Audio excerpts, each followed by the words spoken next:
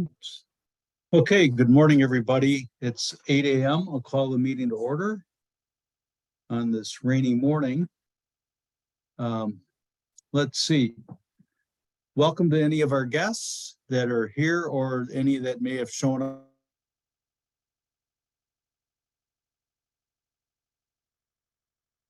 No guests have shown up, President Hubble.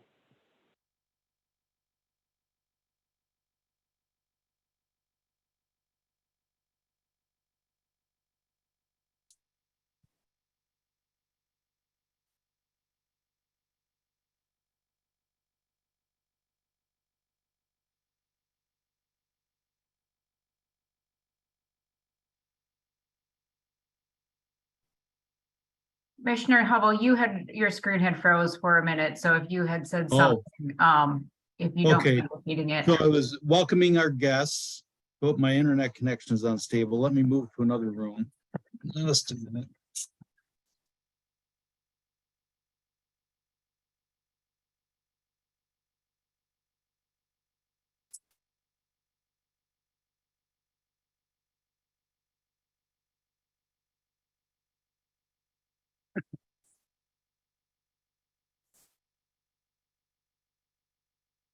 Okay. Let's see. I gotta get-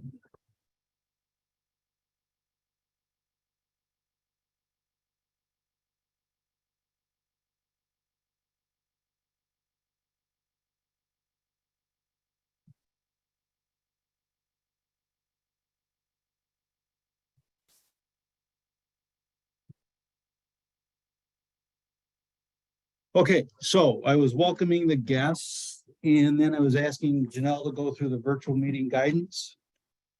Of course. Good morning, commissioners, members of the public, and staff.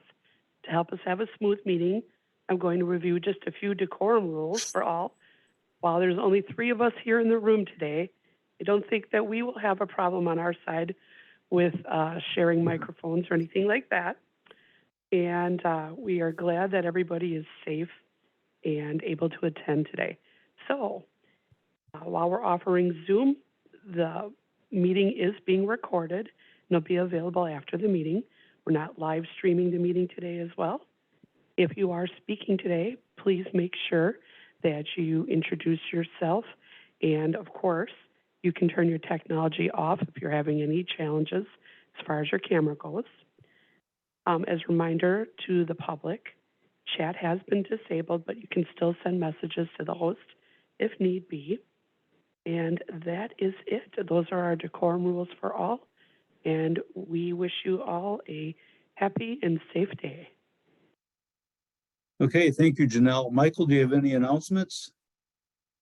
Yeah, I just wanted to say, first I wanted to thank Janelle for making this adjustment today, as well. And maybe we'll call this our Hybrid Plus meeting. And we're kind of a little lonely here in the commission chambers. It's just 3 of us. A little odd and miss you guys. But I hope Commissioner Eskridge doesn't mind me spreading out into her seat. We're really how we can make this work. So that's a long announcement, but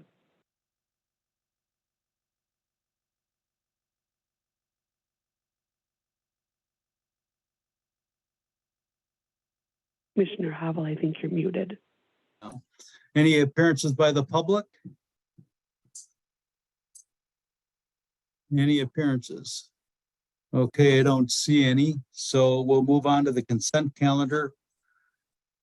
We have the meeting minutes, the cash statement capital fund. We have several sanitary sewer extension plans and then proposal and awards of contracts for 2023 Metro Grow hauling. Any questions on any of those items before we get a motion?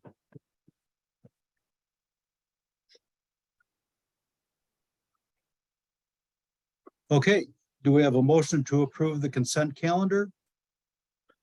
I'll make that motion, Commissioner Clark, Tom. Okay. Motion by Commissioner Clark. Do we have a second? This is Commissioner Bookland. I'll second. Okay, motion by Commissioner Clark, second by Commissioner Bookland to approve the consent calendar. All those in favor say aye. Aye. Aye.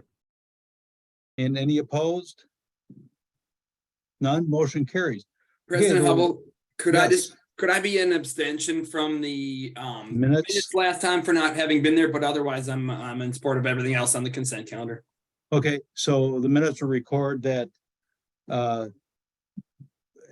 Commissioner Meyer asked to be an abstention on the minutes since he was not at the meeting. Okay, that will take us to topics, the approval of increased transaction amount for phase 3 PFAS sample collection. Marty, are you going to lead this off? Yes, I am. Let me just share my screen.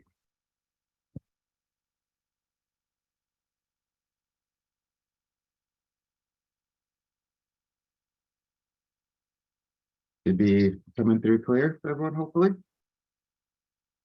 Good, thank you for that verification. So again, I'm Marty Griffin, Director of Ecosystem Services. Good morning, Commissioners. Here to talk about our phase 3 PFAS sample collection plan. I'll start out quickly by just giving a short background and then describe the phase 3 plan and seek the approval. So as a recap, PFAS are a family of substances. It's not just one compound. And the unique nature of PFAS is that it has a carbon-fluorine bond, which is the strongest in nature. So we have thousands of man-made compounds. Some are well studied, some are not. And so our knowledge really is evolving. But the main concern is that it doesn't degrade in the environment and it bioaccumulates. And so these variations in all these different compounds, the chemical structures and all those things have an impact on how they behave in the environment. So it's really important to understand that there's really two ways that people come into contact with PFAS through the environment, which is eating food that was packaged in material that contains PFAS or drinking contaminated water. Additional contact is through consumer products like nonstick cookware, stain-resistant carpeting, things like that. But the main takeaway is that because of the historic and current use of these compounds, they're present everywhere in the environment, in our homes, and in our diets. So from the district's perspective, we're not a source of the PFAS, but you can see by this chart that we do reflect the communities we serve. PFAS comes to us from the community, and in the circle of pathways where they're found, the wastewater utility is really in the inner circle of these pathways. So we receive these compounds, but we're not really able to treat for them, and they can move back out into the outer circle, into the environment. And so that's why it's critical that we're undertaking these PFAS activities, because it really is important for us to understand our part and how we're part of this bigger PFAS cycle. So to give you a little bit of history, to see where we're at and where we're getting to, in 2019, we instituted our action plan, and that was so we could be proactive in responding to PFAS concerns. And so far, since we've enacted that action plan in 2019, we've accomplished many things. We've completed our review of our sewer use ordinance, which is our authority to control PFAS. We looked at a fate and transport review specific to the district plant processes and the products we produce. That was a way to get a baseline understanding to figure out how PFAS could behave in our specific treatment plant. Our pre-treatment program is still working and continuing to work with industrial users that are part of business sectors that are identified as being manufacturers or users of PFAS compounds. We've also completed a public website, which is part of our contextual communications plan. It's important that as a district, if we're going to embark on providing PFAS information to our customers, that we have the proper context so it's easily understandable as to what that information actually means. We also have a sampling and analysis plan that we are currently undertaking. And so far we've completed phase 1 in 2020, which was a baseline characterization. And then we've also completed phase 2 in 2022, which was an expansion on this characterization. So in phase 1 in 2021, that was our baseline phase, our baseline knowledge level.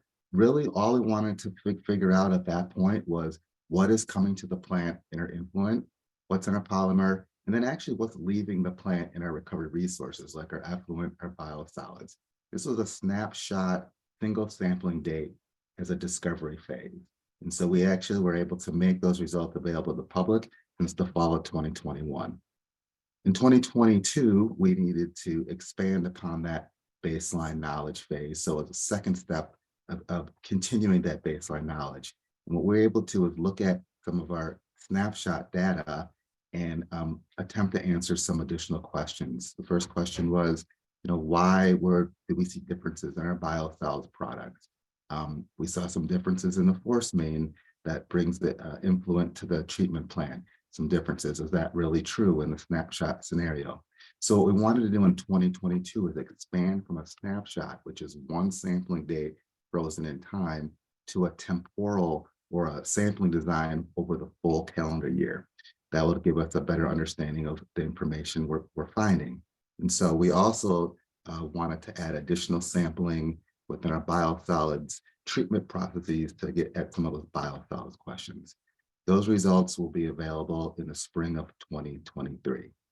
So moving into 2023, we are into our discovery phase and building on our baseline phase. So we're continuing to analyze our existing data, but we're also refining how we monitor for these compounds in our influent, effluent, and biosolids. So that brings us to what we should expect for phase 3 in 2023. The phase 3 sampling goals, we have 3 of them. First goal is to continue that temporal monitoring, that monitoring over time of our influent, effluent, and our biosolids. This will continue to add to our existing data set. That'll help additionally inform our pollution prevention efforts and also give us a better understanding of how we could be affected by future regulatory drivers. The second goal is to align our current sampling and analysis with the monitoring protocols that have been put out by administrative rules from the state DNR.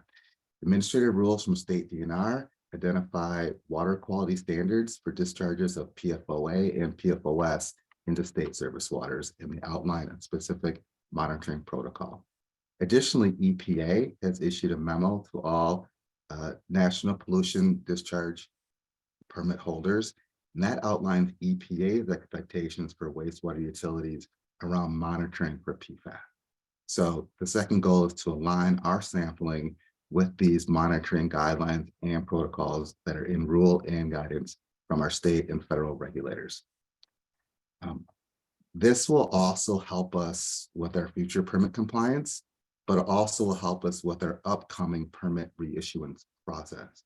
So as we align our goals with what's expected to us at the state level, that'll help us in the future with favorable permit outcomes, especially as we start our permit reissuance process in 2024. The third goal is to build upon our knowledge of PFAS in biosolids.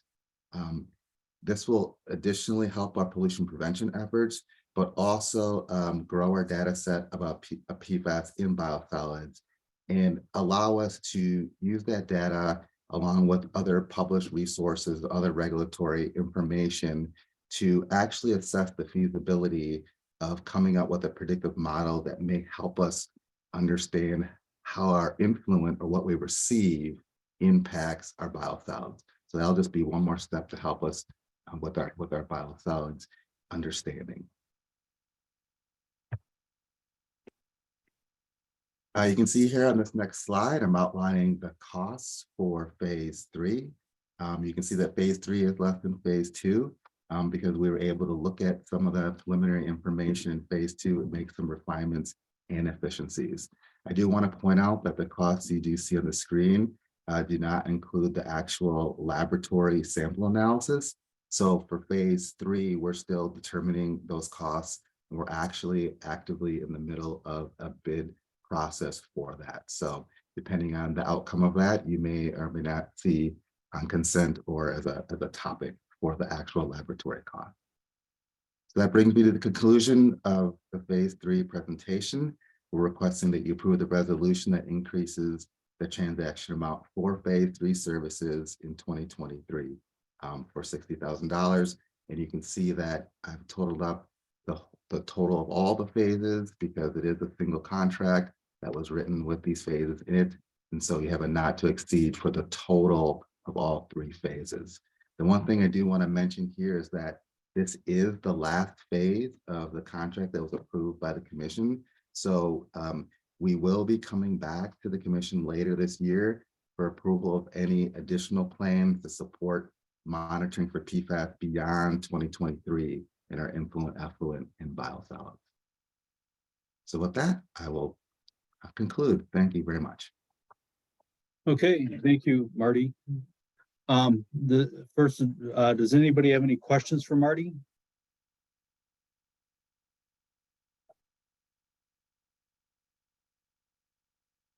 Okay, I don't see anybody's President hand. Hubble, Yep. this is Grant. I have one question. Okay, go ahead, Grant. Thank you. Thanks, Marty, for this. I guess it's a little bit tangential, but and maybe it's a future when you come back. But I know at one of your earlier presentations, you shared some information around, sort of potentials and challenges regarding filtration or removal of PFAS. I don't know if anything has changed in that landscape. I think it's been over a year or more, but just maybe at a future update, if you could share some information around, what current state of technology is in regards to doing anything about it, where we might find higher concentrations.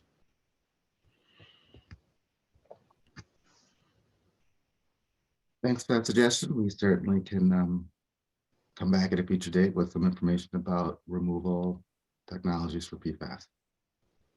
Great, thanks. And also just, I guess, in relation to what you're learning about in the biosolids and kind of any early thoughts you're having around. I know there's sort of parallel thinking around, where we want to focus in terms of biosolids and different products, et cetera, and just, the role of what we're learning about PFAS there and how that might be shaping kind of your thinking around the future direction of that broader program. Thank you.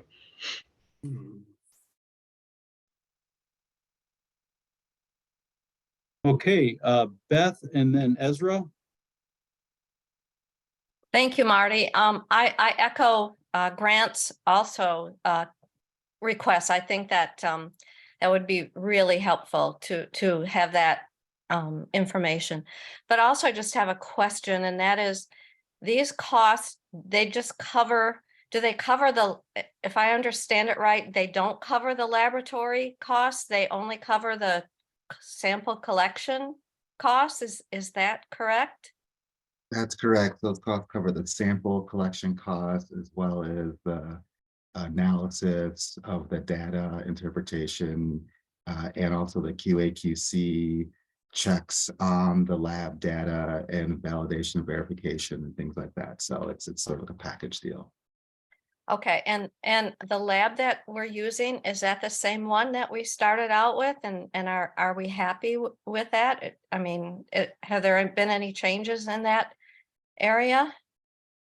So we haven't, so we are not, well, I guess, let me back up. I don't know the answer to the question if we're going to be using the same lab that we've used in the past, because we're bidding out the lab cost. So we could have the same lab, we might not have the same lab. We'll just see how that process shakes out. So in 2020, when we did our snapshot data, we used one lab, and then we did do a bid. And in 2021, we used a different lab. And so in 2022, I'm sorry, get my dates up. I'm sorry. 2021 was a snapshot. 2022, different lab. 2023, don't know what the lab is going to be. Could be same, could be different. We have tried to put in the bid documents items that will help us keep consistent data over time, regardless of the type of lab we use. But that is definitely a consideration for choosing labs. So more to come on the lab stuff as that bid process goes through.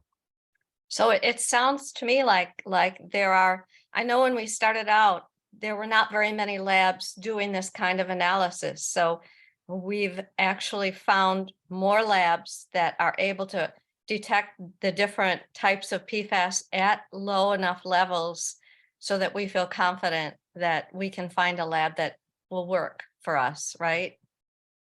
That is 100% correct. One of the criteria in our action plan and expressed by the commission was that we use labs that were certified in the state of Wisconsin for analyzing all the 33 PFAS compounds that the State Department of Health put forward to the DNR for consideration.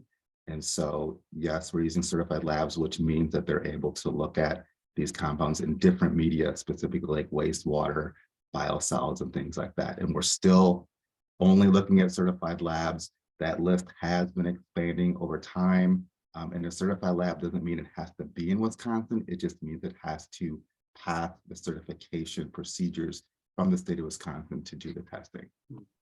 Perfect. Thank you. Okay, Ezra and then Greg. Just quick clarifier on the dollars, Marty, to make sure you guys have the flexibility to do what you need to do in phase 3. So you're asking for $60,000 worth of approval for a contract with TRC to do their continued work in phase 3, and then there's a total project budget contingency of 10% that you'd have available to use if you need to in this third phase for any scope changes, whatever comes up, and get you all the way through what we want to accomplish in phase 3. Am I understanding all that correctly? That is correct. Perfect. No, great. Thanks much. Okay, Greg. Morning, Marty. I think I heard this in here, but I just wanted to be sure. So back when we started this in 2019, the lab protocols for like solids, as I recall, did not exist, right? That, so everybody was doing their own thing. For all the stuff that we're testing for now, are there approved lab protocols for all of this now? For water, that's certainly true, but I'm just curious if for everything we're doing, if there's an approved approach now from the state. Yes, there is 100%. So you notice we started our action plan in 2019, but we didn't start sampling until 2021. And that was specifically because there weren't certified labs until 2021. So yes, we didn't even start until we had that verification that labs were certified and able to do the testing we were looking for, specifically for the state of Wisconsin. Awesome. Okay, thank you. Okay, anybody else have any questions or comments? So Marty, just to verify, the 181,000, that will include the testing cost? Or is that going to be a separate item that will be coming to us? The lab testing analysis costs will be a separate item that will come to you if it meets the commission threshold for consideration. So the 181 is just for the sample collection, QA/QC of the lab report, analysis of the data, interpretation, literature comparison, those types of things that help us understand what the data means. Okay, so we'll have another item coming to us for the lab approval, the specific lab approval. Okay, so the cost. So that's just to clarify. I mean, unless I'm hearing from the commission, you want specifically to see that, it may not reach the threshold for coming back to the commission. Well, I guess we'd follow our policy, finance policy, but I think we'd like to know what it is so we can get an idea of what the total cost of the whole PFAS sampling, testing, and everything is. I think we'd like to know that. We know 181,000 is just part, but I don't know what what the testing and everything would add in onto that. That makes sense? Yes. Okay. Anybody else? Comments or discussion? Grant? Yeah, thank you. Yeah, just in terms of comment, I'm really supportive of this. I feel really proud that we really kind of taken a lead here, started this work before we were required to do so. I know it's sort of it's a weird environment, especially with uncertainty around regulations, et cetera. But I think, certainly from in my part of the community, this is a really important issue, and I think it's just really, really helpful for us to really dive in, do everything we can to understand it, be very transparent about it, and at whatever point in the future, if there are things that we could do around mitigation or take efforts on upstream, obviously, where we would like to stop this from coming in. I think all these things are really important in the community. So would also love to just see thoughts around, is it a phase 4, or at some point is this just integrated into our kind of routine operations? And I'd certainly be supportive of continuing this work so that we're on the front end of it, and have as much knowledge as we can about how this is interfacing with the district. So thanks for this, and excited to see more information in the future. Okay, thank you, Grant. Anyone else? Commissioner Foster, did you want to move approval? I'm happy to. I would love that. Thanks, Happy to second Commissioner it. Meyer. So moved. Okay, motion by Commissioner Foster, and was that a second by Commissioner Meyer? Yes, thanks. Okay. So motion by Commissioner Foster, second by Commissioner Meyer to approve the increased transaction amount for phase 3 PFAS sample collection. Any further discussion? Thank you, Marty. Okay. Seeing none, all those in favor of the increased transaction amount for phase 3 PFAS, say aye. Aye. And opposed? None, motion carries. Okay. Marty, then you've got the overview of the PFAS phase 2 results. Yes, I do. Look at that.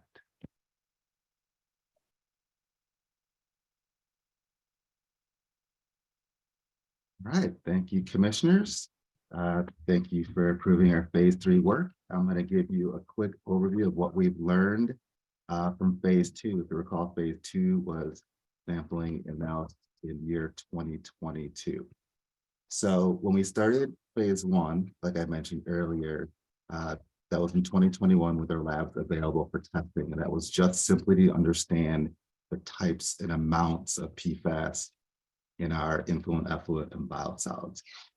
And so, that was a simple snapshot. These results you see up on the screen here are available on our district PFAS website. They've been there since 2021. But just to recap, these results were in line with what you'd expect from a treatment plant that has the makeup of our service areas in the community we serve. So this data is again available online, but I just want to refresh everyone's memory with that. So moving into phase 2 in 2022, that was our 2022 sampling plan, and that was designed to close the data gaps that we did in our sampling and analysis plan in 2019, but also answer some questions that came up after phase 1 in 2021.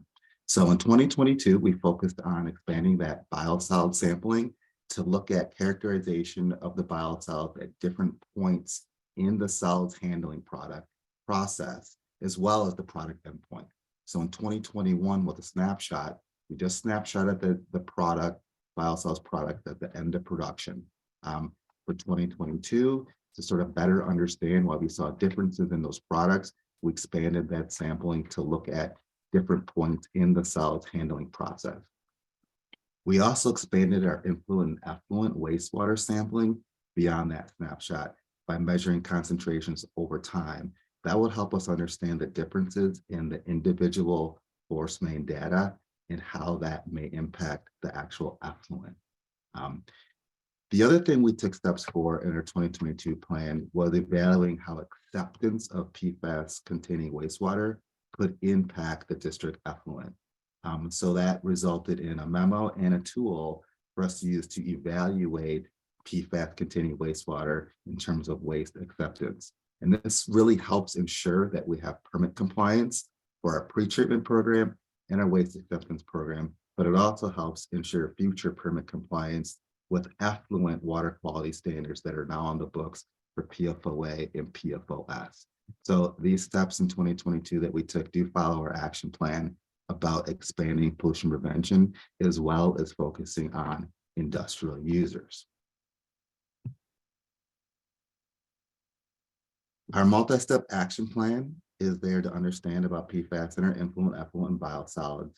And so I just want to make sure everyone's understanding that this project update today is looking at the phase 2 sampling results that we undertook in 2022. This information is preliminary, and I'm only going to give some information about PFOA and PFOS, not all the 33 compounds that we actually sampled for. And that's because we've only recently completed phase 2 sampling at the end of 2022. And since it takes some time for the labs to analyze, to verify the quality control, the data, we're still awaiting final analysis of some of our later in the year samples that get the complete picture. The other reason why we're focusing on PFOA and PFOS for today is that those are the only two compounds currently that have promulgated water quality standards under state law that directly affect our permit. So this update is just for you all to be updated as to what our efforts have been in 2022 as we await the final analysis and a corresponding report. So once we get the final report, we'll come back to the commission with a more in-depth presentation. So you'll get that. We also have a communication plan that we're following. So once we come to the commission with the final report and final results, we'll also be posting those results on our website as a way to inform communities of our phase 2 findings. So to be expected that to come. So when we look at our biosolids results from phase 2, when we look at PFOA and PFOS for both our Class A biosolid, which is the Class A cake product, and our Class B biosolid, which is our MetroGrow product, the levels were consistent over time. So we took this snapshot sampling to a more temporal type of design, and we found that even over time, the levels were consistent in both of those types of products. We also found that when we looked at the different parts of the solids handling process to say like, oh, maybe something happened at this step or that step, we actually found that even comparing the biosolids product during the different parts of the handling process, those levels of PFAS were also consistent. What we did find, what was interesting, is that the levels in our Class A cake product were similar to levels of MetroGrow immediately following the treatment process. But however, over time, we did find that the Class A cake levels did begin to differ from our MetroGrow levels of PFAS over time as the Class A cake products sort of sat in a pile. So that was an interesting first initial result that we're going to be delving into a little bit deeper. And the one thing I will note about the different biosolids products is that the process we use to create this Class A cake or MetroGrow is actually the same, except for one difference. The Class A cake has an additional digestion step and an additional dewatering process. So when we looked at the process samples, we didn't find that those additional steps changed anything at that point in time. But we did find that as the Class A cake product sat over time, we did begin to see differences. So again, more information on that to come later, but that's some preliminary information on our biosolids and specifically points to the question we were looking to answer about the differences between our different products. When we're looking at our wastewater, we can focus on our influent first. And when we look at the flow weighted average of all 5 force mains, so combining all 5 force mains together to get one number every month weighted through the amount of flow that comes from each force main, we found that the levels of PFOA and PFOS were consistent from month to month, which was interesting. But we did find that the levels of PFOA were consistently lower than PFOS. So that was something that we saw in the snapshot, but didn't know would hold true over time, which is an interesting result. When you don't look at all the averages of all the force mains together and you look at the individual force mains, if you recall, we have 5 force mains that bring influent into the plant. We did see differences over time for each of the individual 5 force mains. And we also saw differences between the different force mains. So force mains were different than others. And that difference showed the same pattern, whether you looked at PFOA or PFOS. And so this is telling us that there's some more investigation we can do about PFAS that comes to us from the community, because we have a fortunate situation where we have 5 different force mains that feed wastewater in from different areas of our service area. So this is an interesting initial result. When we looked at a temporal look at the force mains over time, we did see some differences. And so we'll be looking into that a little deeper to see what more that can tell us or what we can do with that. When we look at our effluent, the wastewater the treated wastewater that leaves our plant, again, looking at it over time, the good news is that PFOA and PFOS are still continuing to be below the established DNR water quality standards each month. So our snapshot data show that we were below water quality standards, but when we look at the data over time, we still continue to be under standard every month of the year. It is important to point out that some months are different than other months. So the levels don't stay consistent from month to month, even though they are below the water quality standard, they do change from month to month. The other thing that's interesting is that when you look at our effluent, the changes from month to month actually follow the changes from month to month we see from our influence. So it really does verify for us what we found in our research and literature review about what to expect, that our influence really does have an impact on our effluent. They're connected in that way. The last thing I'll mention about our effluent is that looking at PFOA, it's higher in our effluent than our influent. And when we look at PFOS, it's lower in the effluent than the influent. This pattern is what we saw with the snapshot data, but we didn't know if that was just that day. But looking at the temporal data over time, that pattern is also still holding true. And if you recall from the presentation we gave on the phase 1 results, our thought was that because of the different chain length and properties of those PFOA and PFOS, one of them likes to accumulate in the solids, one of them likes to accumulate in the wastewater. So that's why you see a difference between the 2 different compounds in the effluent and influent. So just to summarize some of our initial findings, the influent does differ over time. That was something we wanted to verify, make sure. There is a definite influence of what's coming to us and what's leaving. We know something happens in the wastewater treatment plant. There's not tons of transformation, but there is some.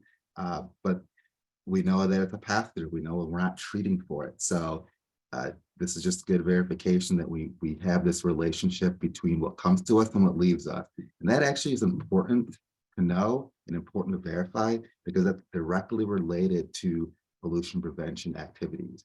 We work upstream to reduce what comes to us. At least we know we have the confidence that that will actually impact our effluent. That is not the case for all treatment plants. When you look in the literature, there are definitely cases where the effluent levels are higher than the influent levels. That means other things are going on that maybe a pollution prevention approach may not be your best bet. We are not in that boat.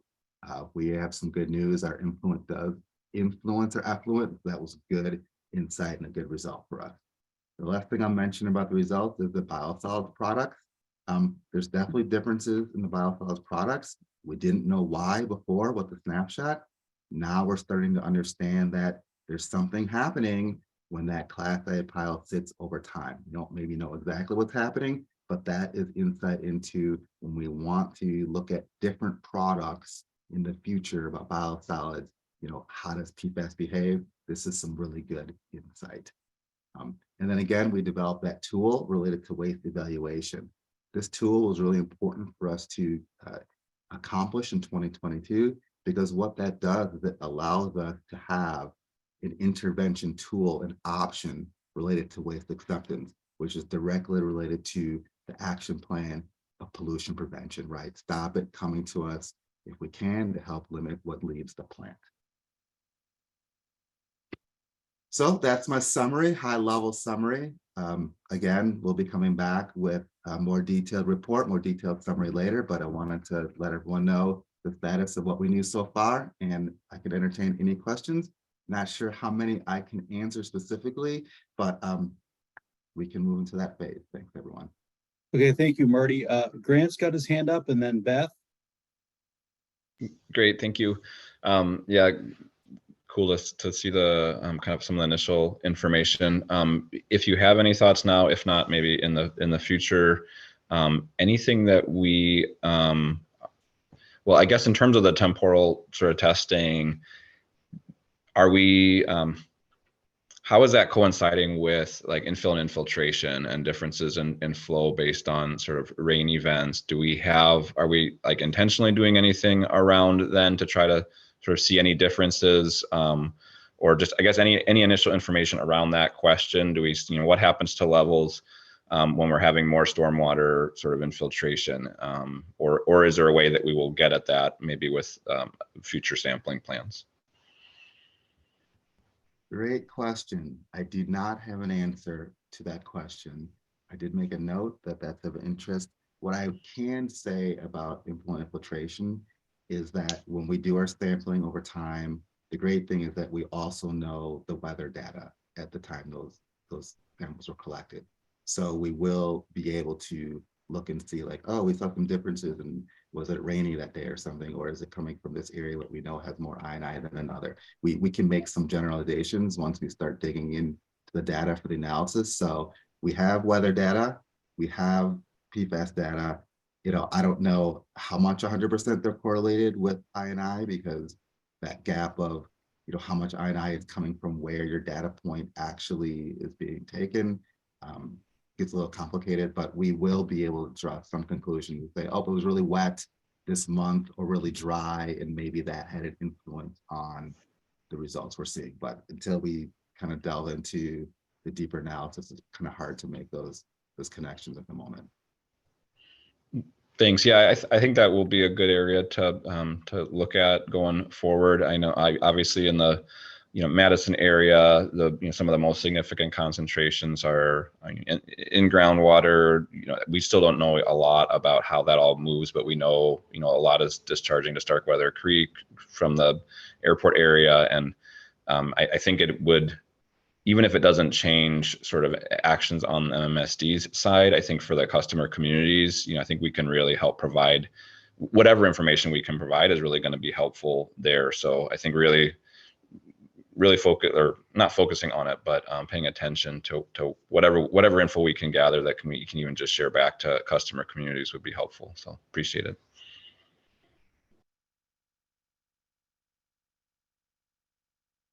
Okay, Beth, you've got your hand up. Yep. Thanks, Marty. This was a really good summary. I really appreciate the update. I guess just a couple of comments and thoughts about it.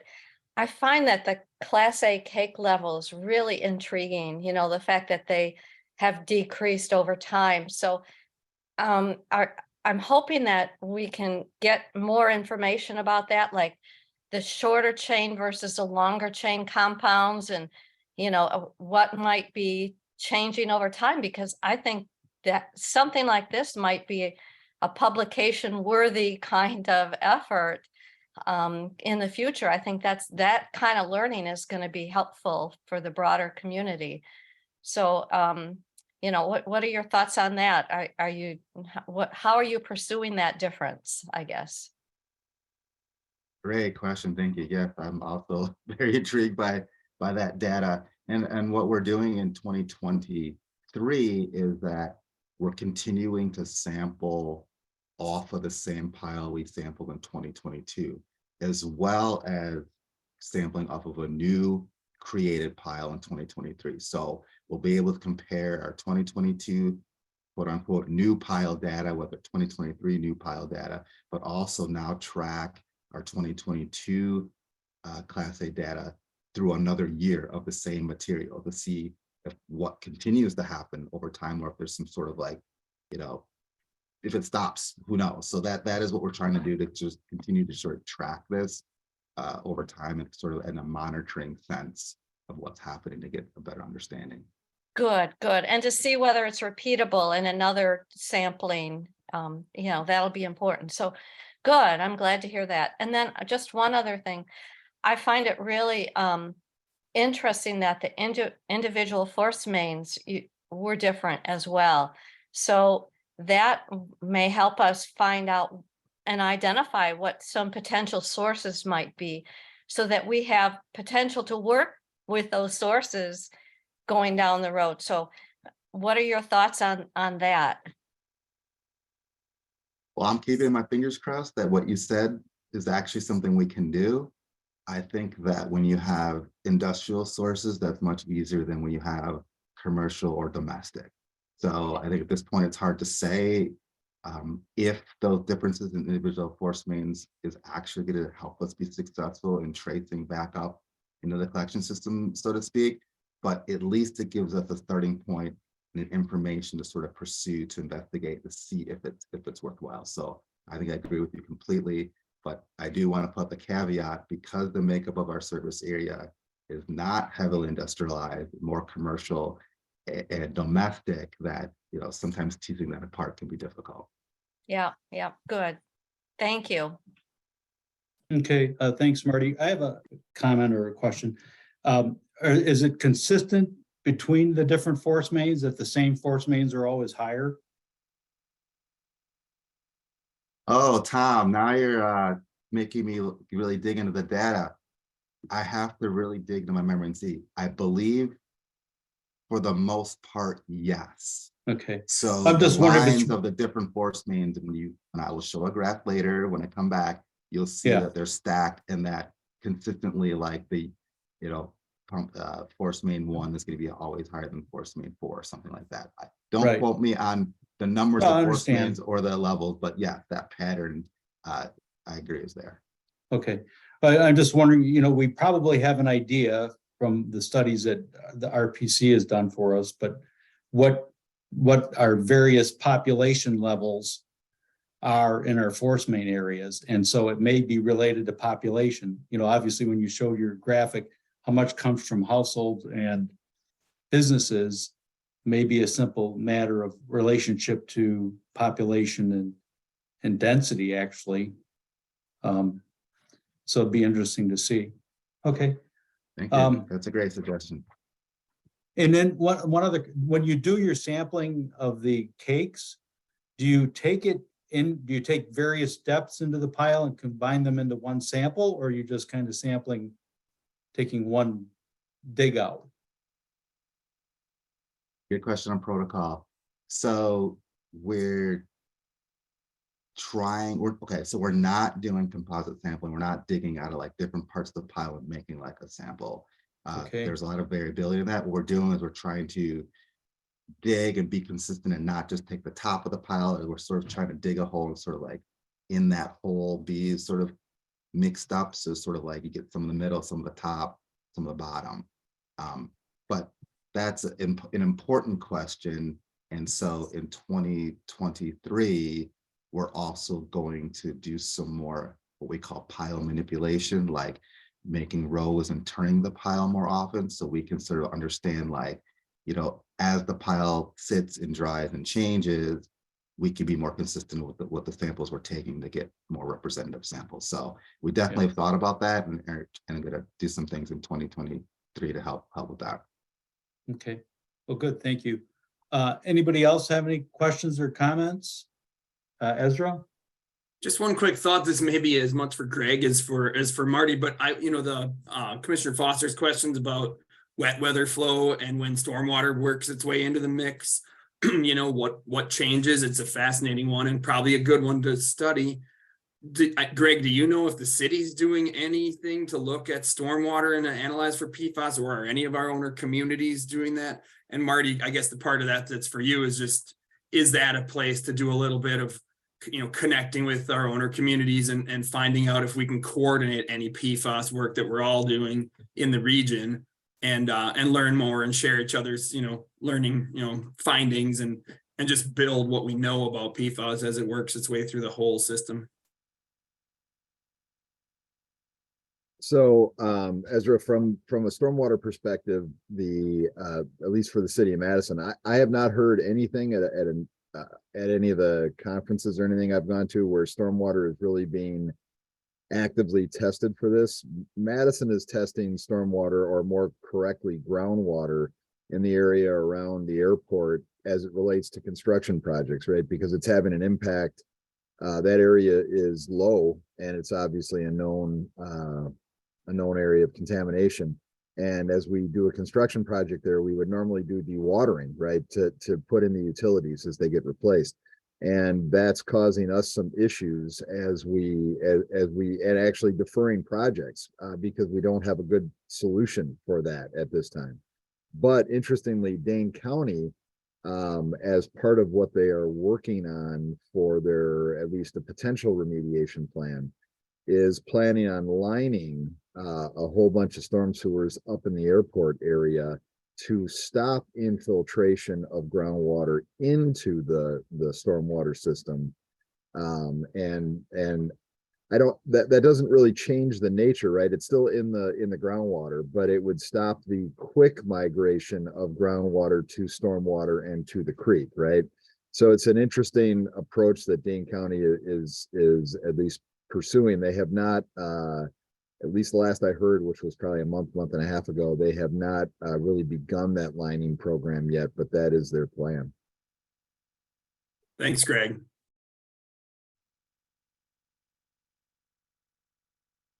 Okay, Grant, you have your hand up? Yeah, just real quickly in that same vein, as as Greg mentioned, I think that the county with the work around the airport is the most activity that I'm aware of in this regard, and so it does. I think it would be a good connection point just to get up to date on kind of what work they are doing, and if there is anything within our realm that would be helpful to them, or just making those connections. I think that's a really good suggestion from Commissioner Meyer.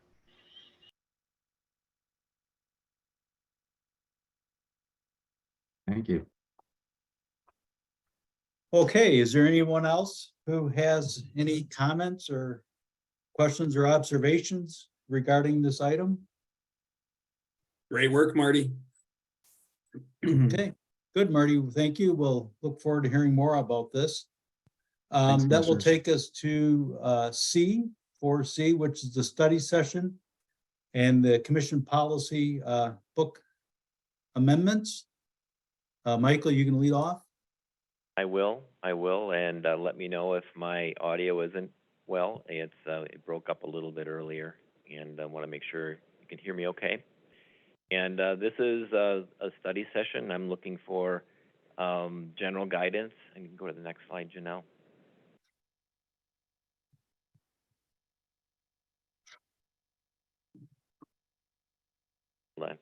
And looking for some general guidance on our policy book.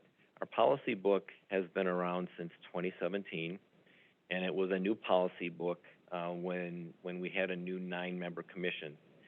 And we had policies from the 1990s and earlier that haven't been revised, and there were a lot of changes. And so the commission did the hard work of developing a new policy book, deciding which policies were obsolete and which were new policies, and came up with a general a format for how to organize policies.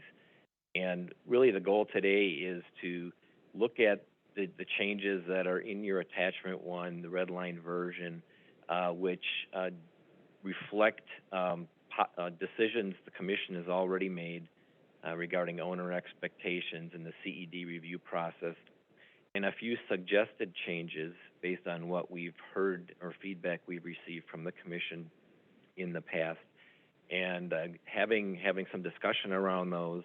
I'll do a quick overview, and then we can discuss what additional work is needed or additional changes. And to get the conversation started, I put together a list in attachment 3 of some additional process policies we are going to need to successfully implement the new CED review process and the new strategic plan that we have.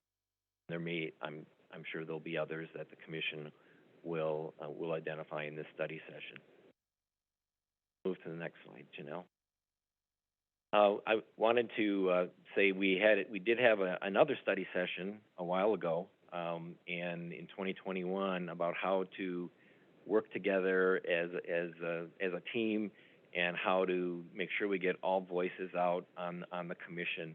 And so we have these general meeting principles of making sure we get all interests out from all commissioners as we discuss these issues, and that we encourage each other to participate.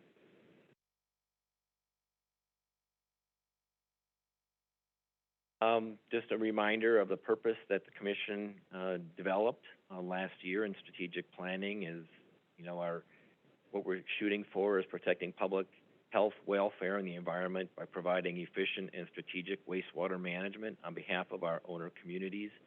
And strategic is being very thoughtful and forward-looking, and that is something that was really important to the commission, that we're always trying to anticipate and be ahead of the curve.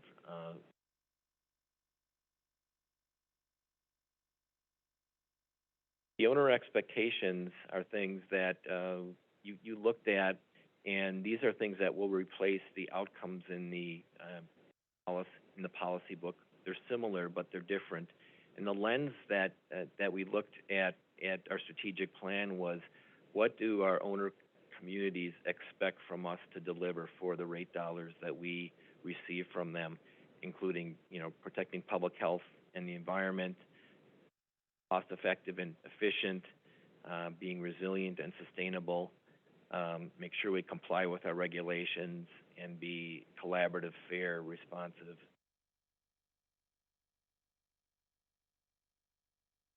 Policy book is organized in sections with the changes through strategic planning. One is at the top, of course, is our purpose of why we exist. And then next are the owner expectations of what value we're delivering to our owner communities.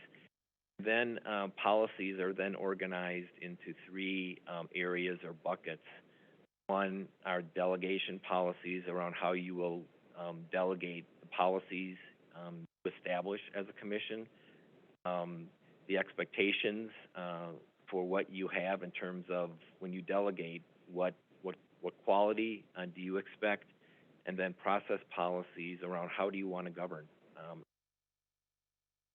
So that is how the book is organized, and hasn't really changed that much from its original template, although the owner expectations and strategic purpose added. And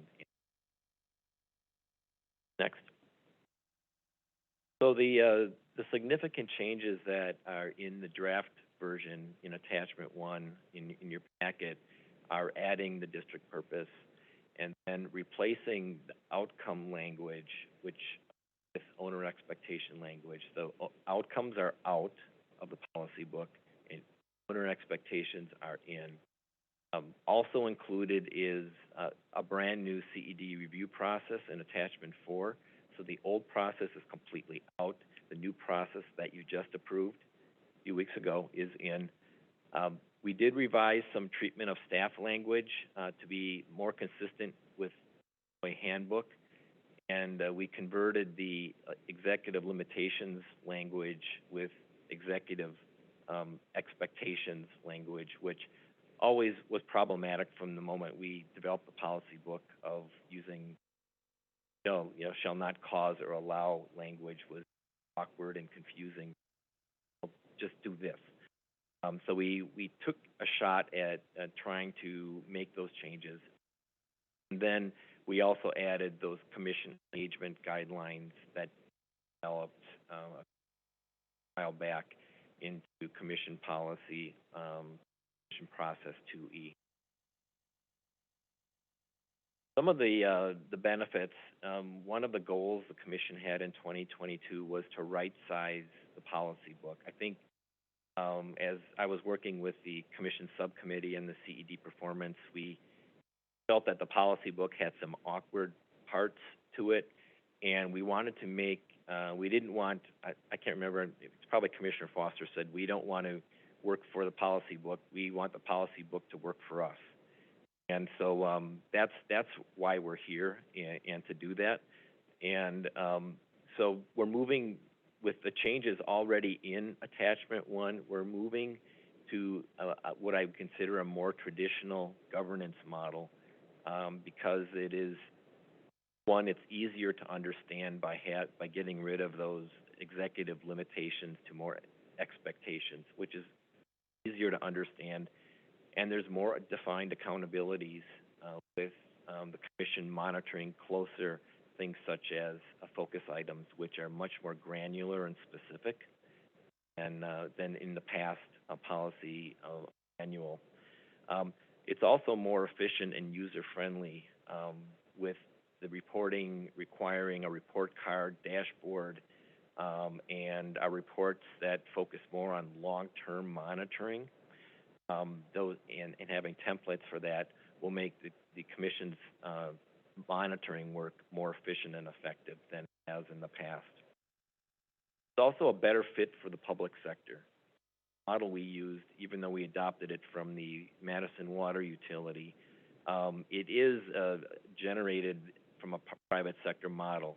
And since we're regulatory driven, we don't have competition, and we're not for profit, we have a higher level of standard and transparency around budget, our costs, and other things. So that needs to be acknowledged in our policies, and that's why we have such detailed financial policies. Then, but it also keeps some of the strengths of policy governance, which is structure. And that was one of the things I was really attracted to this model, as clarity around roles and responsibilities. It has clarity around how to conduct business. And if we want to change how we conduct business, go back to the policy book and say, what has the commission said on this? It gives us some language to work from. But that is where I think the policy book is now. But there are a few changes that I'm recommending that you consider. That would be work that I would come back to you with over the course of the next, throughout this year and maybe longer, depending.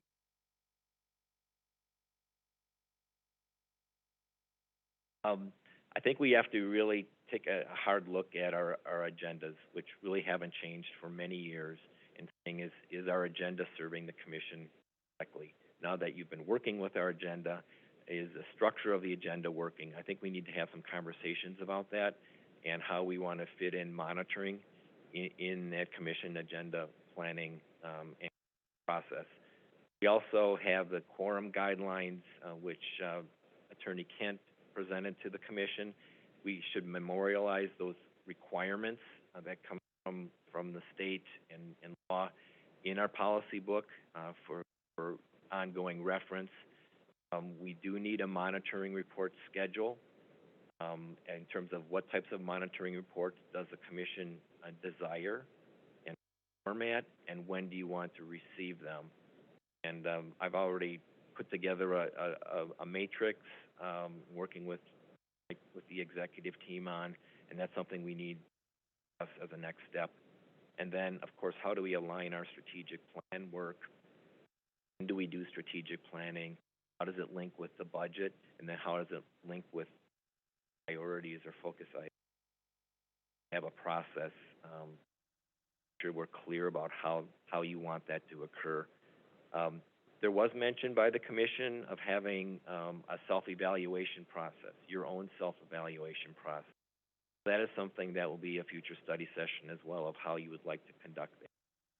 And then CED performance areas, which you also approved as part of the budget, but these are items, performance areas, we have 7 of them, are things that I identify working with the, hey, if we're going to really deliver on our owner expectations, we have to do really well at an operations level, identify those things, but we still need to figure out how I'm going to monitor performance of them and report them to you.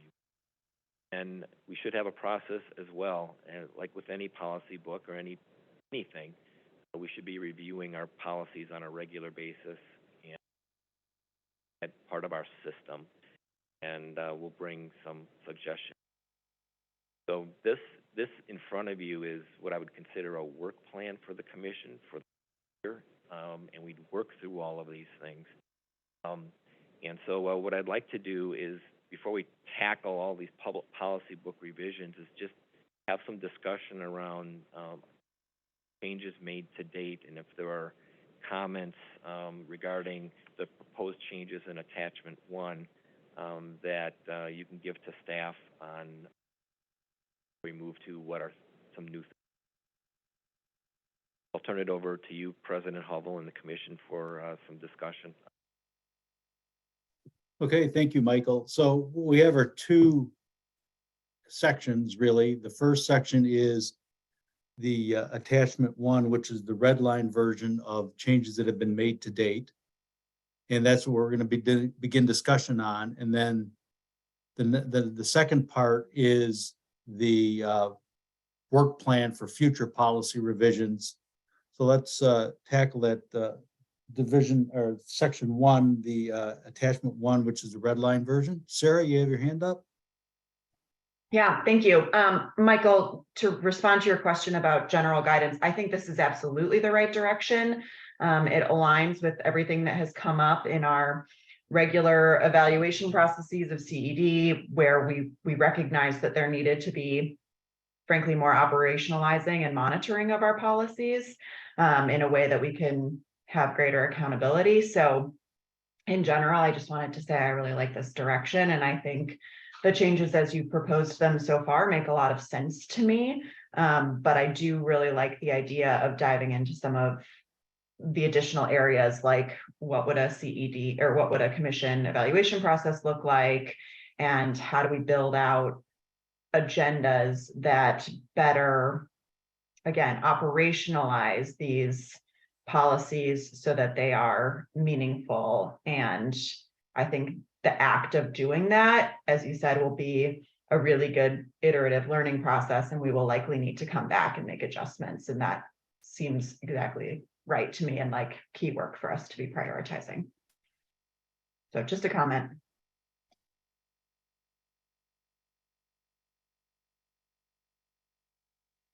Okay, thank you, Sarah. So anybody have any comments on the red line, the red line version, which is basically then attachment 2 is a clean copy of it.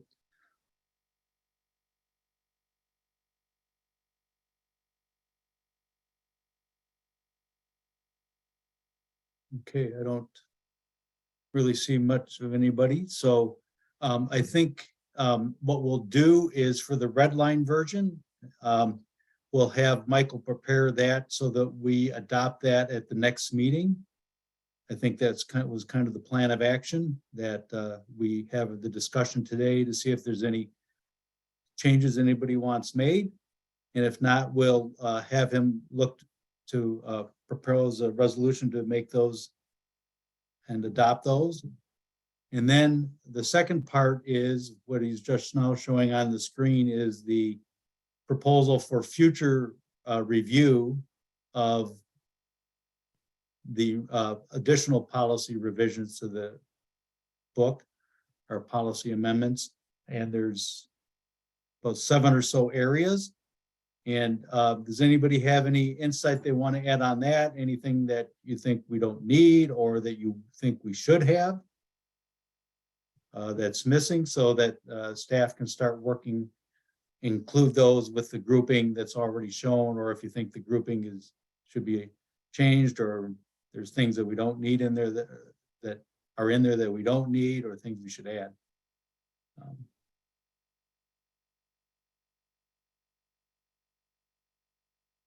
Anybody have any other comments? Grant? Yeah, thank you. I mean, I guess just a more general comment. I like Commissioner Eskridge, I'm really supportive of kind of the overall direction here. I think it's consistent with a lot of conversations we've had in terms of agenda and sort of focus of the commission. I think it's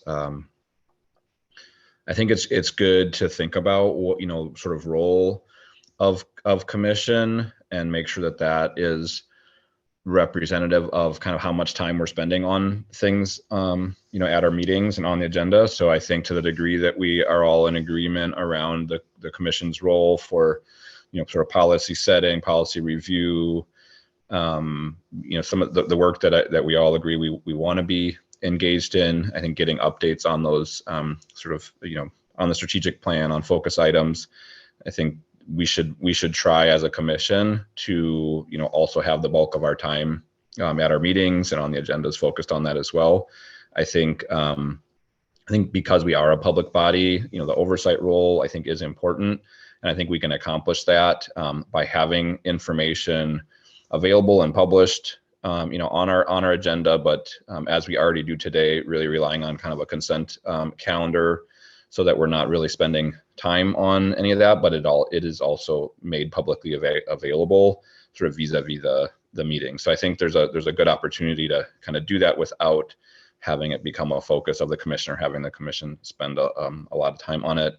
I really like this overall shift of especially as it relates to expectations for CED. It really, it's great to see it converted into more positive language. I think that's a really good change, and I would be supportive and interested in talking a little bit more about the commission self-evaluation process. I think that did really come up in the work of the subgroup in the past about really a void, I think, on that front. There's, we've always sort of focused on CED performance evaluation, and I think there was acknowledgement that the commission, that we have a role also to evaluate ourselves, and so I think that would be a really good and interesting topic to dive more into in the future. And thanks for all the work around this, Michael. Okay, thank you, Grant. Ezra, you have some comments? Yeah, just quick, because a lot of good things have been said already. I mean, I would ditto what both Commissioners Eskridge and Foster said. Good direction, good hearing things, you've heard from small group of us and the whole commission, I think, Michael, and this is all moving in the right direction. So thanks.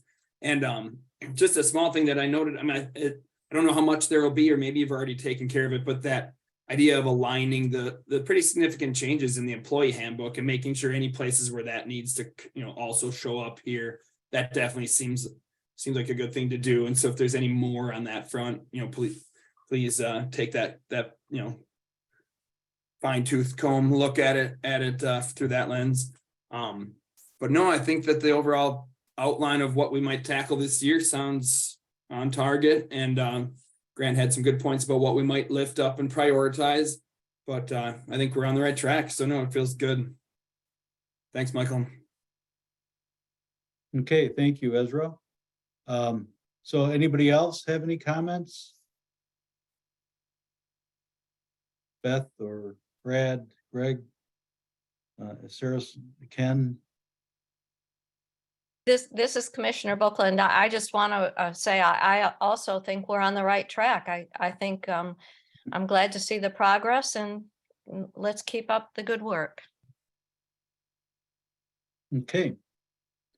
Anyone else? I don't want to, if we have any different opinions or comments, please let them be known. Okay, so I don't see anybody raising their hand.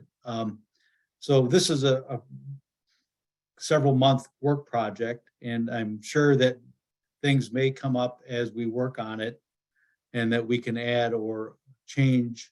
We may have a different idea as time goes on as to something that should be added to our policy review area or whatever. So I'm sure we can work that in. Okay, I got to get back to the agenda. Okay, so nobody else has any other comments or observations? Okay, so we'll leave this item. So the next meeting we'll approve that red line version, or we'll have it before us for approval, I should say. The red line version, which is attachment 1, which was really attachment 2 is the clean copy. And then we'll work on start working on over the next several months, those other 6 or 7 areas that were listed in the staff report and on the slide. And if we have anything that we want to add, we can change that and work that in. Okay, thank you, everybody. So that will move us to the IT cybersecurity update. This was first going to be done, I think it was back in August last year, and for various reasons, it kind of got put off. And so here we are today.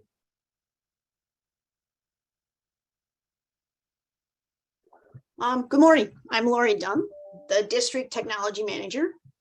I'm here today to give a brief update on the district's cybersecurity efforts. Since I last presented on the topic in 2021, the district has continued to take steps to reduce our vulnerabilities and address current risks. To provide a little structure for this update, I will focus on 4 areas. First, I'll briefly go over a couple of our most concerning and increasing threats. I'll update you on our cybersecurity awareness training. I'll describe some of our new reporting and authentication tools, and then I'll let you know about a few new security-related improvements we're making to our networks and our backups approach. I'll also take questions at the end. Let's see, I think,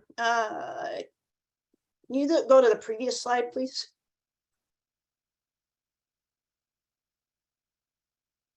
Let's see. There, yep. Probably not too surprising, since we hear so much about this in the news, is that we're seeing an increase in phishing attempts. Phishing is when a cyber criminal uses an email to entice a person to do things like click a link, install software, enter their credentials, or take other risky actions. This cybercrime method is particularly successful because it targets the most vulnerable part of an organization, and that's usually the people. To give you an idea about how much this is increasing, in the 6 months ending in October 2022, there was a 61% increase in phishing when compared to the previous 6 months. That was a total of about 255 million phish attacks. Additionally, in the past year, cybersecurity experts have been seeing around 1.5 million phishing-related websites created each month. These are the websites that are made to look like legitimate sites, and they serve as a landing or malware distribution page for links in the phishing emails. Poor use of language and misspellings used to be a great indicator for us for recognizing a phishing email. And while we still see these, a majority of the phishes do not have these indicators, and they seem to be quite legitimate. Criminals also time these phishing attacks, so they're around certain seasons, like tax times, the holidays, and they're now including language, they're including our district logo, names of actual staff, and references to recent events at the district or in the news. Phishing is especially concerning because it is estimated that 90% of ransomware attacks, that's where the cyber criminal holds a network or data hostage, 90% of those originate from a phishing email. And these phish-related ransom attacks are also growing.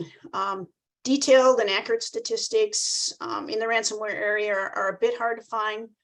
Some organizations want to keep this information private because they don't want to share that they have this vulnerability, or they don't want to share that they've been a victim of a successful attack.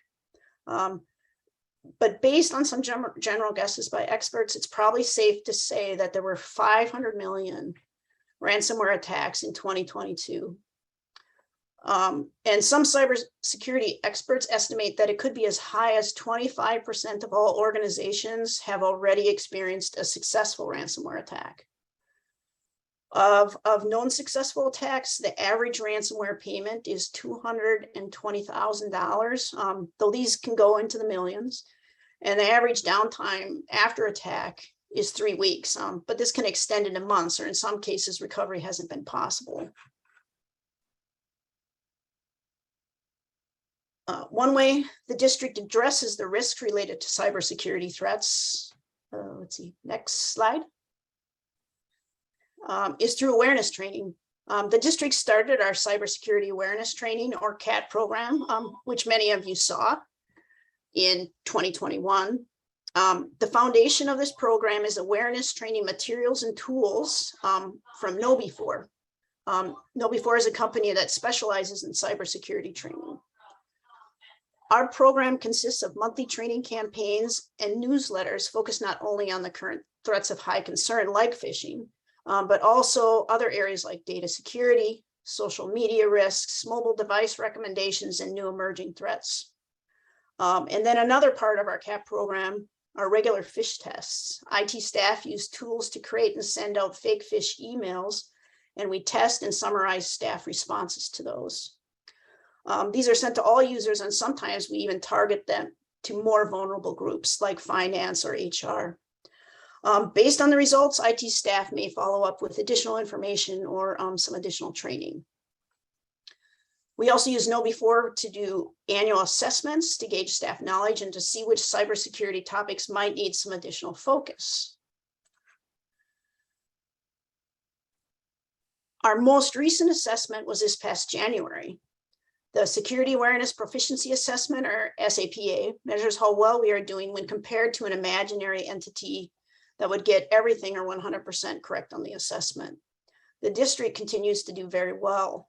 Our SAPA was 76.8%. This is well above our industry benchmark average of 65.6%.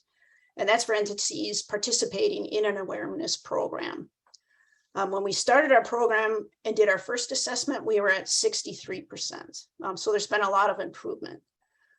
No industry gets 100%. A couple of the highest scoring industries, technology and finance, they have benchmark averages of 68.7% and 70.6% respectively.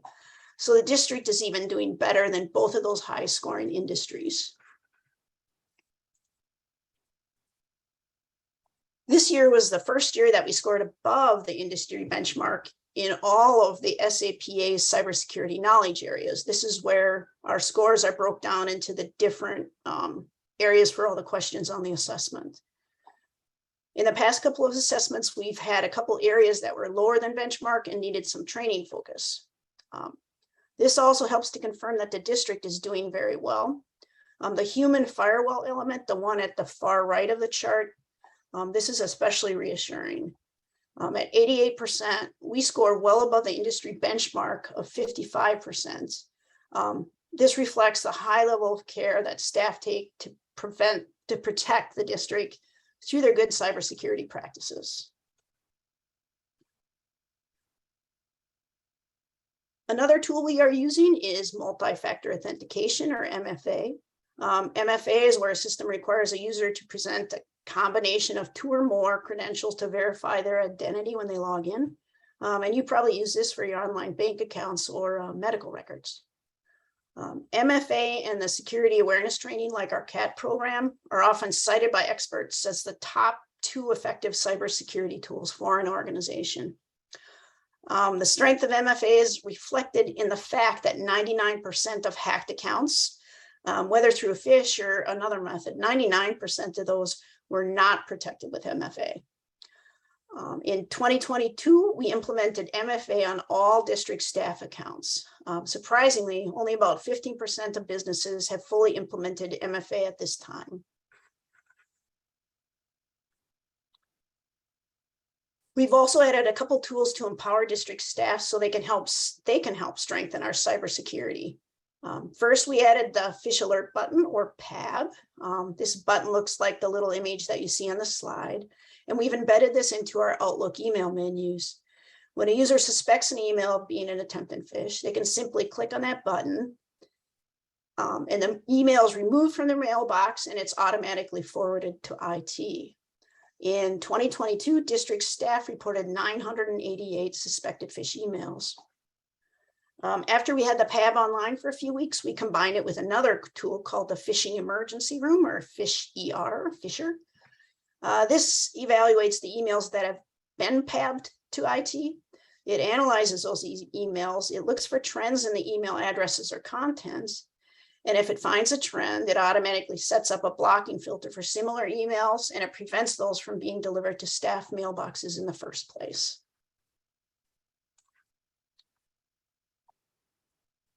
So far, I've been describing tools that help recognize and prevent attacks. Cybersecurity experts often say that we need to prepare for when, not if, an attacker gets through.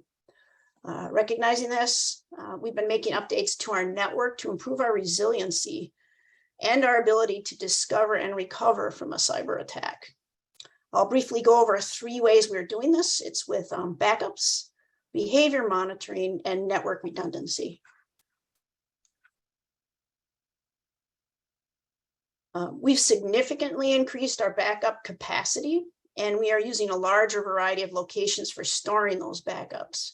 We create and maintain online, offline, physical, and cloud-based backups, including multiple copies of some of these. For some mission critical data, we also use a manual backup creation process along with an unusual storage strategy that makes these backups especially difficult to find. So while an attacker may encrypt or hold parts of our network hostage, we're hopeful that our backups and strategy will still provide us with multiple options to recover.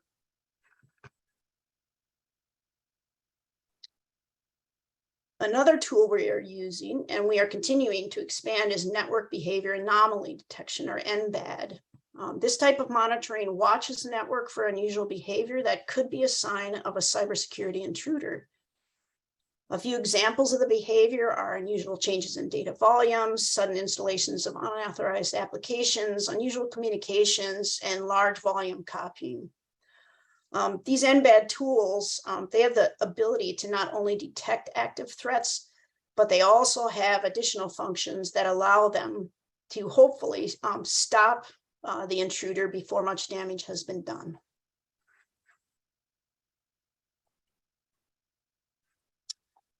And my last update here is just a few other security related network improvements to our network. We've implemented more redundant network equipment, and that's both physical equipment and virtual equipment. We also have more redundant storage, and that storage includes increasing use of cloud-based storage, and that has an additional layer of redundancy because the cloud providers have their own backup programs. And we also recently moved the district's technology disaster recovery site from the old First Street pump station location, and we moved that to a new site. The new site has much stronger building structure, better physical security, and it has more robust equipment. Failover to this network, depending on the situation, would be possible within just a couple hours. So that's the conclusion of our brief update. Are there any questions? Okay, thank you, Lori. Brad, you've got a question? Yeah, I guess so. And I think it's a fascinating area, and I don't think we can be over prepared for the eventuality that we'll be hit by an attack. And I guess I was interested in your report where you indicated that future efforts in these areas include something called disaster recovery as a service and cloud-based networked failover and immutable backups.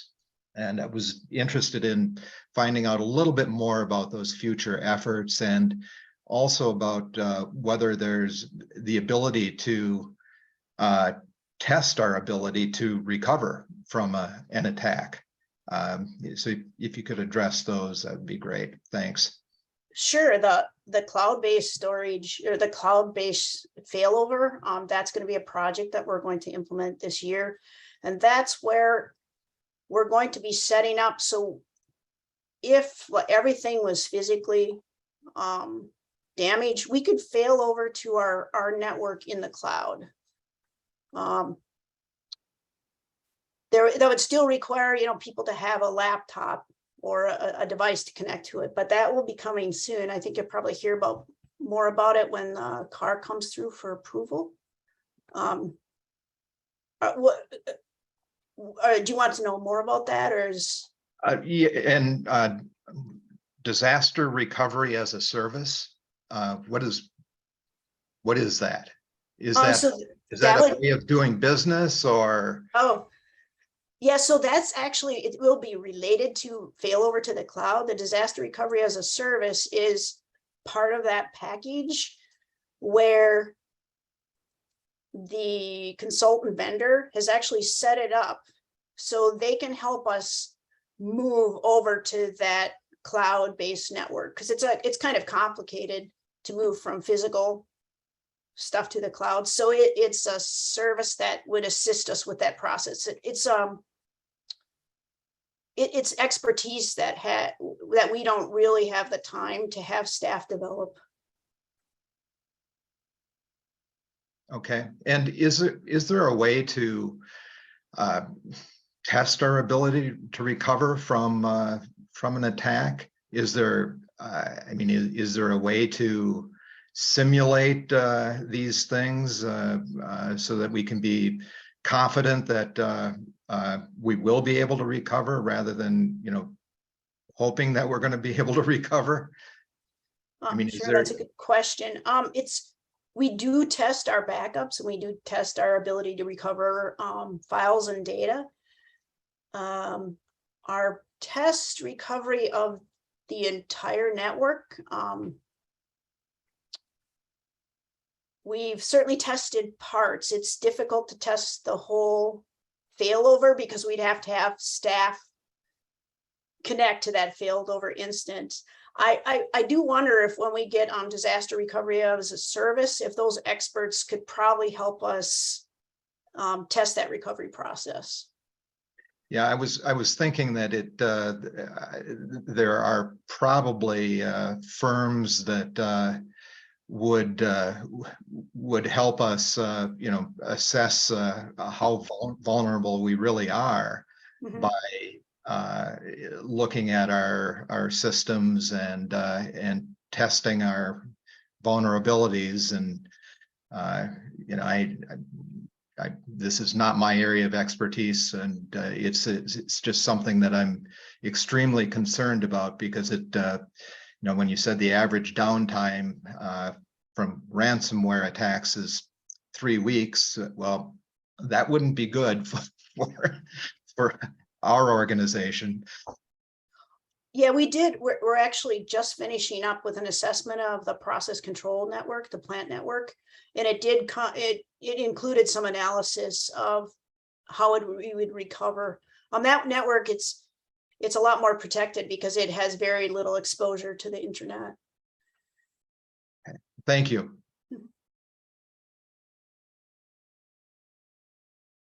Okay, thanks, Brad. Greg and Ken. But first, Lori, you answered one of my questions. I was wondering about the control process center. And so you basically answered that, saying that you try to keep it separate and off the internet, because that's probably our most critical part. If something were to be hacked when you're trying to operate the sewer plant or pump station. Yeah. Okay, Greg, and then Ken. Hi, Lori. I just had one question. I heard you say something about the software monitors if there's installations of programs, and I'm wondering if at the district individuals have the authority to install software on their computers, or if you as the IT hold that administrative privilege. So like if I click on an exe file at the city, it won't install it. It's prohibited from doing that unless I have IT remoting my machine to act as the administrator. So that's just my question. Thank you. Sure. I probably shouldn't give you specifics of what we allow and don't allow, but we do have controls. We do have controls over what can be installed and who can install them. There's certainly people in an organization who have higher rights for that. I'm hesitant, like so many people these days, to talk publicly about what we allow and we don't allow. Am I answering you enough, or would you like more details? No, that's okay. That's okay. I was just curious. So I'll just give you my experience at the city of Madison. So probably 10 years ago now, they locked us down completely. So no one in the organization can install software unless IT is on your computer at the same time you are, right? You have to allow a remote. So that I'm just for that very security reason, right? So that you don't accidentally hit an executable file, right? That could do that. So that's fine. I understand your concern. Okay, thanks, Greg. Ken, you've got a question or comment? Yeah, 2 questions, Lori, and thank you for the update. In my opinion, I think you've checked almost all the boxes that I would ask questions on. And Greg asked a really good question about enabling or not enabling people to load software on their own laptop or PC. Laura, do we have emergency power backup for all of our hardware? Yes, the data center at the plant is on the district's UPS system. Okay. The reason I asked is I came across a business that had all the boxes checked from cybersecurity prevention. And for whatever reason, their backup power went down and took the organization down with it. The other question I had is related to cyber insurance. Does the district have a policy? Doesn't have a policy? Is it available? We do have a policy. We are looking to up that policy. The industry is actually, this insurance industry is actually phasing out a lot of the bigger protection policies. It's very difficult to find. But we are using like the applications for insurance to help guide some of the things that we're putting in place. It's just very difficult insurance to get those policies that go up into the millions of dollars. It's just very difficult to get right now, but we do have some coverage, and we do have included with that are the assistance with the recovery efforts. So we have some backup there. Okay. And I like I'll say it one more time. I like the hardware and the cloud backup strategy. That's a good way to go in today's world and in this area. So thank you. Yeah, thank you. Okay, Ezra, you got your hand up? Just real quick, Lori, we don't see you often, but when we do, it's really appreciated the thoughtfulness you bring to this important topic, and great presentation today. And thanks for the continued ongoing good work on this front. Thank you. Okay. Anybody else? Okay, well, hearing none, thank you very much, Lori. It's good to get the update and keep on top of things. It's never know what's going to happen or when. So let's see here. We'll move on to anybody else have any questions or comments before we move on? Nope. Okay, well, thank you. We'll move on to the Chief Engineer and Director report. Michael? Hi, Commissioners. A few things to report. One, with the approval of the new CED review process, it is starting already, and I'm meeting internally with staff to begin putting together the schedule for doing the surveys and other things. So I just wanted you to know that process has started in earnest. Next slide. As the commission looks at your policies, as you look at your policies and process and way you want to govern, this is also requiring us as an executive team to look at how we manage the organization to support the policy book. And the E-team has been immersed in conversations mostly around how to set priorities that are most effective at influencing the performance areas, and how do we manage the workload at the same time so we're not doing too much and we can meet our promises to you and to our owner communities. And this is a picture of Bill from last Friday of us. This is what the process looks like to be able to determine what will be a focus item.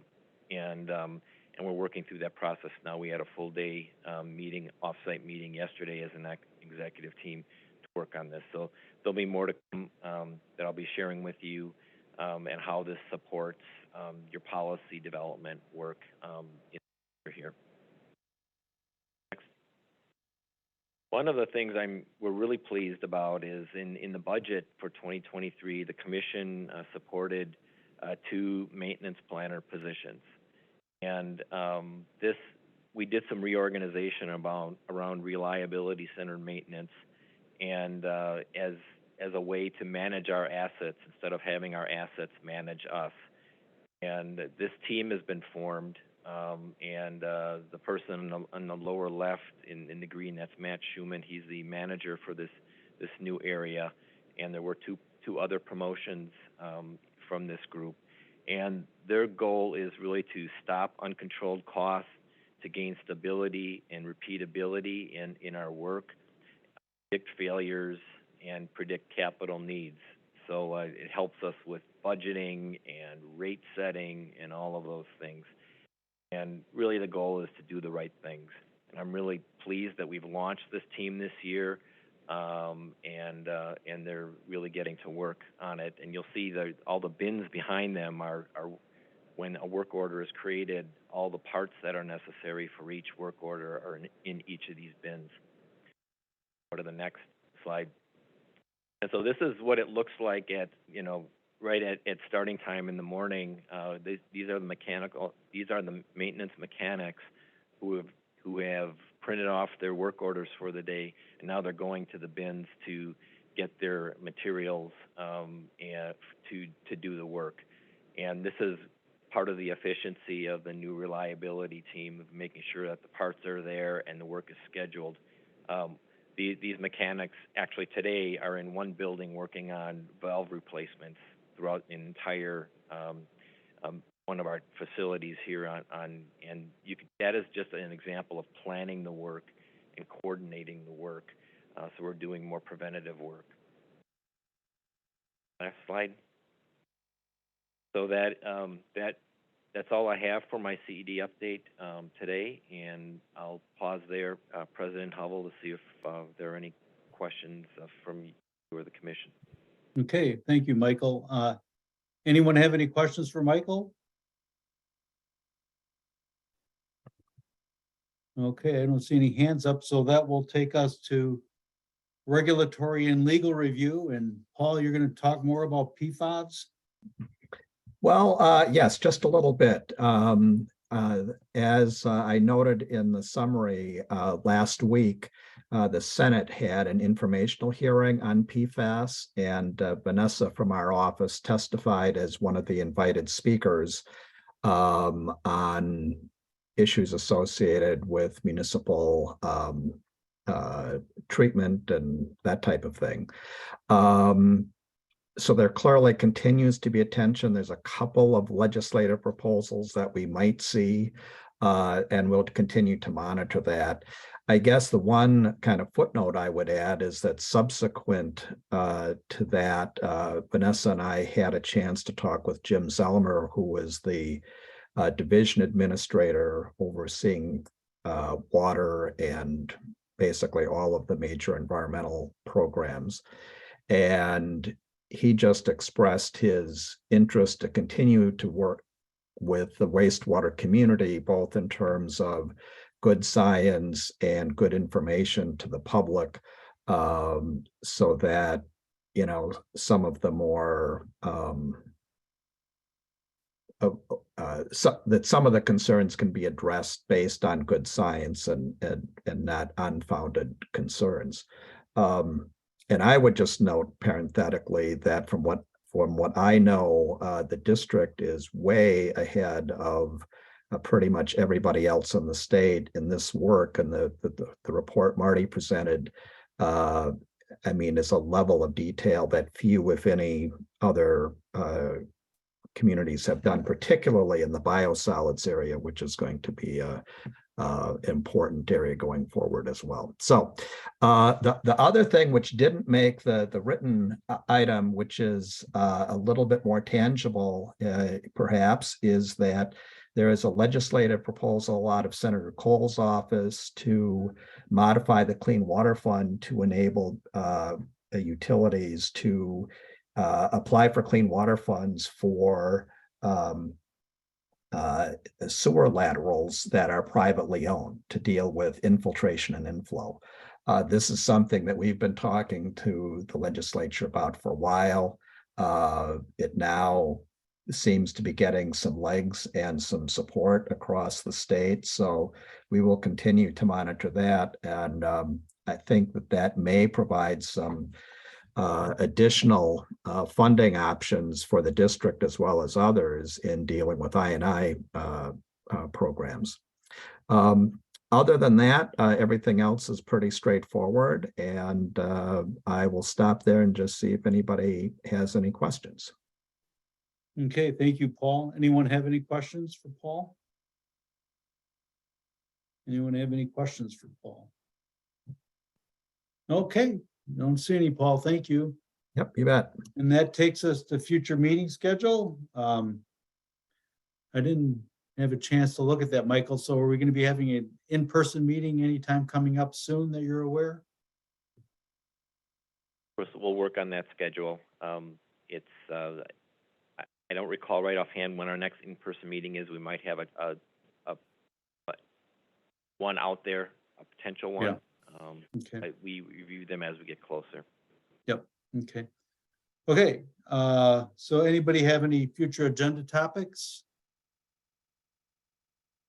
Any other business? And so Tom Wilson's not here. Who's going to do the adjournment motion? Motion to adjourn, Tom, Okay, Commissioner. motion by Commissioner Clark, second by I'll second it, Murphy. second by Commissioner Murphy to adjourn. I'd also like to thank Michael, Janelle, and whoever else thought it might be a good idea to have this be a virtual meeting. Yeah. Just look out the window, Brad, right? Yes. I think we've probably had about an inch since it started snowing here where I am. So just Bad looking out at there. my deck railing. Okay, well, thank you, everybody. Motion carries to adjourn. See everybody in a couple of weeks. Take care. Thank you. Thank you.